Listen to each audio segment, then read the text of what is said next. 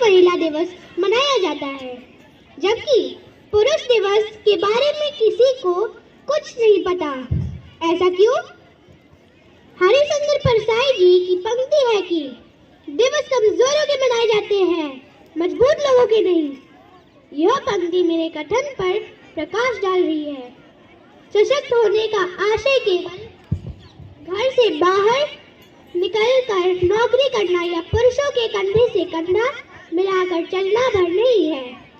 सशक्त होने का आशय यहाँ पर उसके निर्णय ले सकने की क्षमता का आधार है कि वह अपने निर्णय स्वयं ले रही है या इसके लिए वह किसी और पर निर्भर है। आज महिला सशक्तिकरण हेतु आप सभी को जागरूक करने के लिए कक्षा 5 के छात्रों द्वारा एक छोटा सा प्रयास। आशा है आप सभी को पसंद आएगा।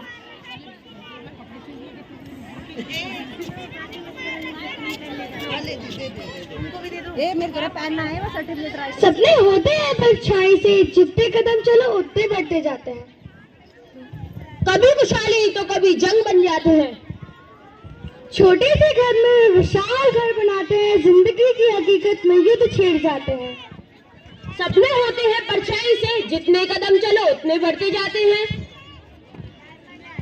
अगर बड़ी होती है संतानें, लेकिन कुछ मान्य विचार और धारणाएं उन्हें पनपने नहीं देती, कुछ इस तरह।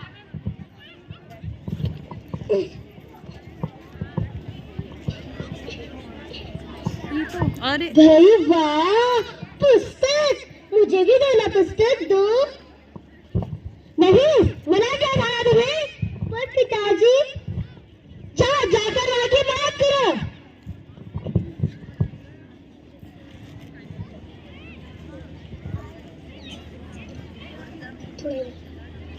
क्या हुआ बहन? पिताजी ने पुस्तक नहीं पढ़ने दिया, पढ़ने भी नहीं देंगे, इसलिए तुम मेरे से बार बार पुस्तक मत मांगा करो। एक दिन देखना, मैं भी पढ़कर IAS अफसर बनूंगी। देखते हैं कि तुम IAS अफसर बनती हो या फिर नहीं। माँ देखो ना, पिताजी मुझे पुस्तक नहीं पढ़ने दे रहे। तुम जानती हो ना, तुम्हारे पिताजी को यह सब पसंद नहीं। माँ देखो, यह है सावित्रीबाई फूले। यह तो भारत की प्रथम महिला शिक्षिका थी। पिताजी, ये है रानी लक्ष्मीबाई। ये इन्होंने तो अंग्रेजों को भगाया था। इन्हें कौन नहीं जानता? क्या ये महिलाएं नहीं थी? मुझे भी तो इसी तरह कुछ बनना है, दुनिया में नाम कमाना है। चुप, एकदम चुप। अगर ज्यादा उड़ने की कोशिश की तो कल ही हाथ पीले करा दूंगा। मधु, लेकर चल उसे।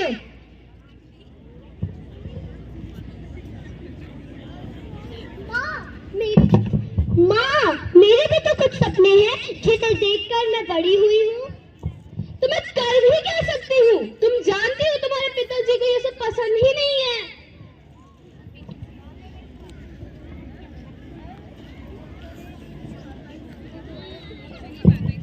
जीने का अरमान है नारी, हम सबका सम्मान है नारी। नारी हो तो जग सुना लगता है, कण कण में विद्यमान है नारी। तुम इन्हें निर्बल ना समझो, गीता भोगो जैसी पहलवान है नारी।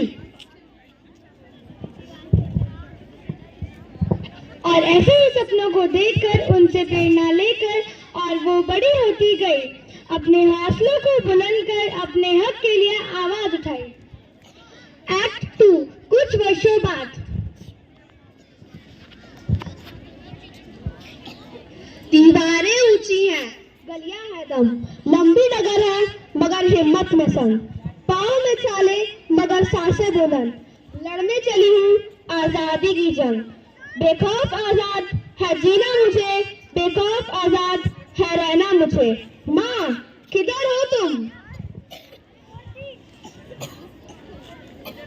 क्या हुआ?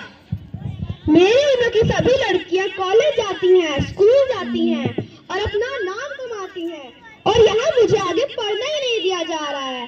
पिताजी मेरे हाथ पीले कराने की बात कर रहे हैं। माँ, ये देखिए, ये सभी है मेरे सपने जिन्हें लेकर मैं बड़ी हुई हूँ। ये है कल्पना चावला, ये तो भारत की पहली महिला थी जो अंतरिक्ष में गई। और ये है मानुषी, इसने तो MBBS के साथ विश्व सुंदरी का खिताब भी जीता है। माँ, अगर इस उम्र में मेरी शादी करा दी गई तो मेरे ये सभी सपने फेरों की अग्नि में जलकर राख हो जाएंगे। क्या आपको कभी घर की याद नहीं आई या आपका कभी पढ़ने का मन नहीं हुआ?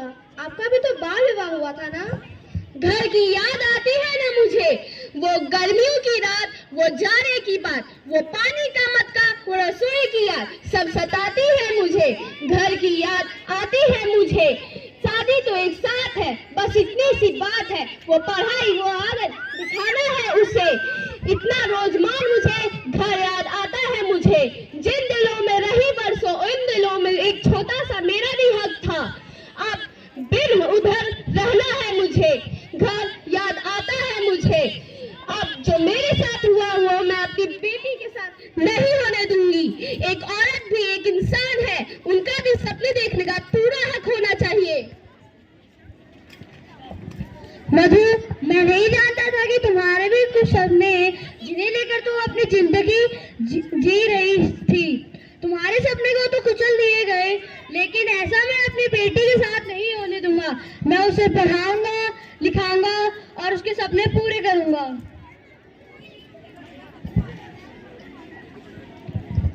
कभी बेटी तो कभी बहन, कभी पत्नी तो कभी माँ है नारी। जो सस्ती को जलाकर राख कर दे वह चिंगारी है नारी। बहन हो तो भाई की लाडली है नारी। जब पुरुष अकेला हो तो उसके साथ है नारी। सृष्टि जिस पर घूम रही वह पूरी है नारी।